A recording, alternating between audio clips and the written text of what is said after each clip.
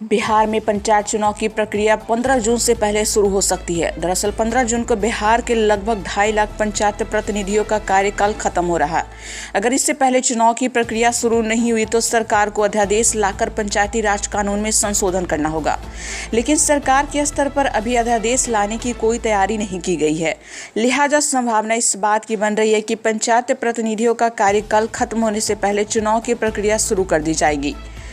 Corona के मामले कम होने से बढ़ी संभावना। दरअसल कोरोना के बढ़ते संक्रमण के कारण ही बिहार में पंचायत चुनाव की प्रक्रिया टाल दी गई थी, लेकिन अब बिहार में कोरोना संक्रमण के मामले में काफ़ी कमी आई है।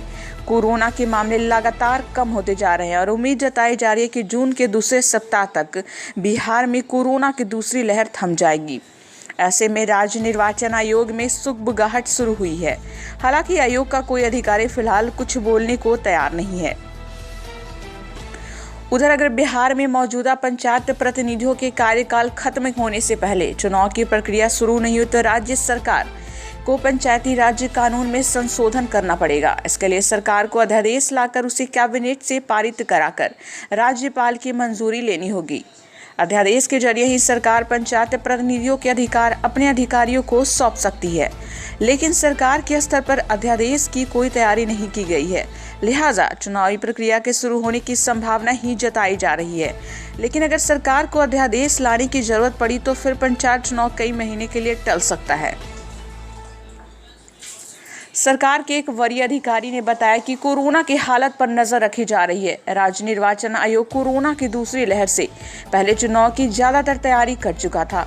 ऐसे में अगर कोरोना की लहर थम जाती है तो फिर चुनावी प्रक्रिया शुरू कर दी जाएगी। फिर पूरे चुनाव को 1.5 से 2 महीने में संपन्न कराया जा सकता है। इस तरीके से सरकार भी अध्यादेश लाकर अधिकारियों को पंचायती राज संस्थाओं का अधिकार सौंपने के झमेले से बच सकती है। गौरतलब है कि बिहार में पंचायती प्रतिनिधियों के लगभग 2.5 लाख पद हैं।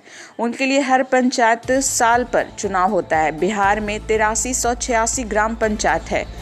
पंचायत चुनाव में 6 पदों के लिए निर्वाचन होता है। इसमें वार्ड सदस्य, सरपंच, मुखिया, पंचायत समिति सदस्य और जिला पार्षद के पदों पर चुनाव होता है। पिछले दफे यानी 2016 की बात करें और चुने गए पंचायती राज प्रतिनिधियों का कार्यकाल इस साल 15 जून को समाप्त हो रहा है।